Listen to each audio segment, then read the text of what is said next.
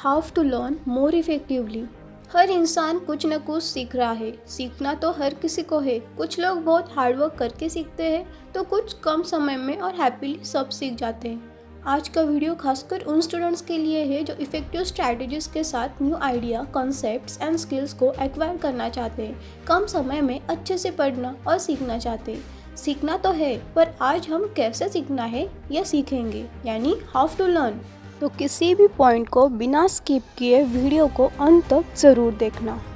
सिर्फ speed of learning ज़रूरी नहीं है, जो लर्न किया है उसे याद रखना, जब चाहो तब रिकॉल करना और सिचुएशन के हिसाब से उसे यूज़ करना इम्पॉर्टेंट है। How can you teach yourself to learn, आइए देखते हैं। Point number 1, find ways to boost your memory, improve your memory. इसके लिए फोकस को इम्प्रूव करना, स्टडी टाइम को एक्टिव करके अच्छे से स्ट्रक्चर करना एक अच्छी शुरुआत है। बट साइकोलॉजी के हिसाब से कुछ और स्ट्रैटेजीज भी है जिससे लर्निंग एफिशिएंसी को इम्प्रूव किया जा सकता है। रेगुलर फिजिकल एक्सरसाइज, इससे मेमोरी एंड ब्रेन की हेल्थ इम्प्रूव होती है। सबसे अच्छे से बात करना, it gives positive energy. Take enough sleep, distraction से दूर रहो ताकि जो सीख रहे हो उस पर फोकस कर सको। जो भी लर्न करना है उसे ऑर्गेनाइज करो, इससे याद करना आसान होगा। जो भी लर्न कर रहे हो उसे खुद को समझाने की कोशिश करो। इसमें विजुअल कंटेंट जैसे कि फोटोग्राफ्स, ग्राफ्स, चार्ट्स का यूज़ करो। लाउड रीडिंग करो। Point number 2, keep learning new things. अगर आपको इफेक्टिव लर्नर बनना है तो कीप लर्निंग। रिसर्च में पाया गया है कि brain new brain cells produce करने में कैपेबल है। This process is called neurogenesis. अगर आप ब्रेन को कुछ सीखने में एंगेज नहीं करोगे तो ये सेल्स इवेंचुअली डाई होते हैं। By learning new things, this cells are kept alive and incorporated into brain circuits. अगर आप न्यू लैंग्वेज सीख रहे हो तो उससे प्रैक्टिस करते रहना ज़रूरी है। यूज इट और लूज इट, ये ब्रेन का फॉर्मूला है।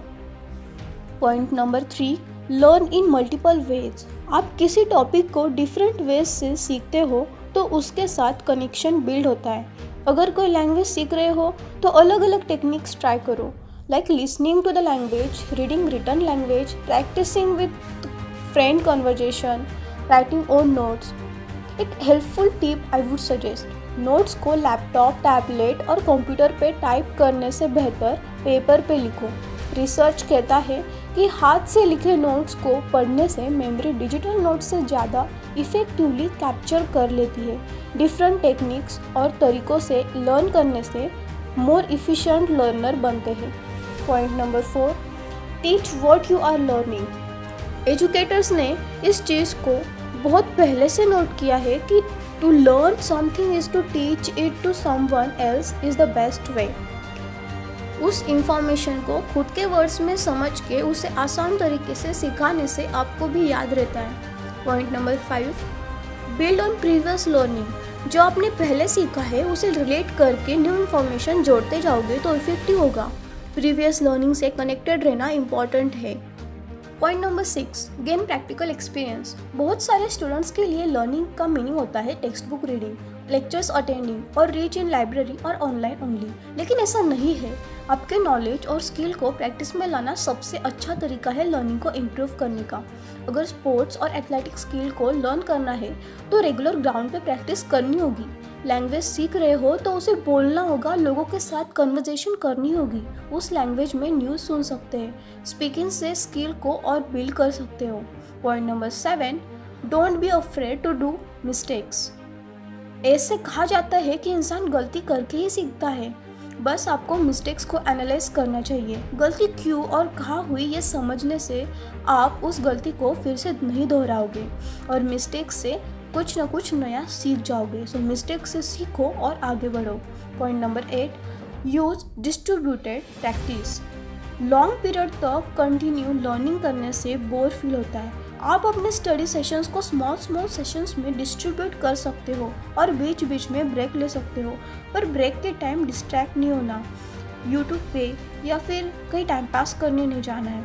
कुछ ऐसी एक्टिविटी करना जिससे फ्रेश फील हो और अगेन लर्निंग में फोकस इंक्रीज हो।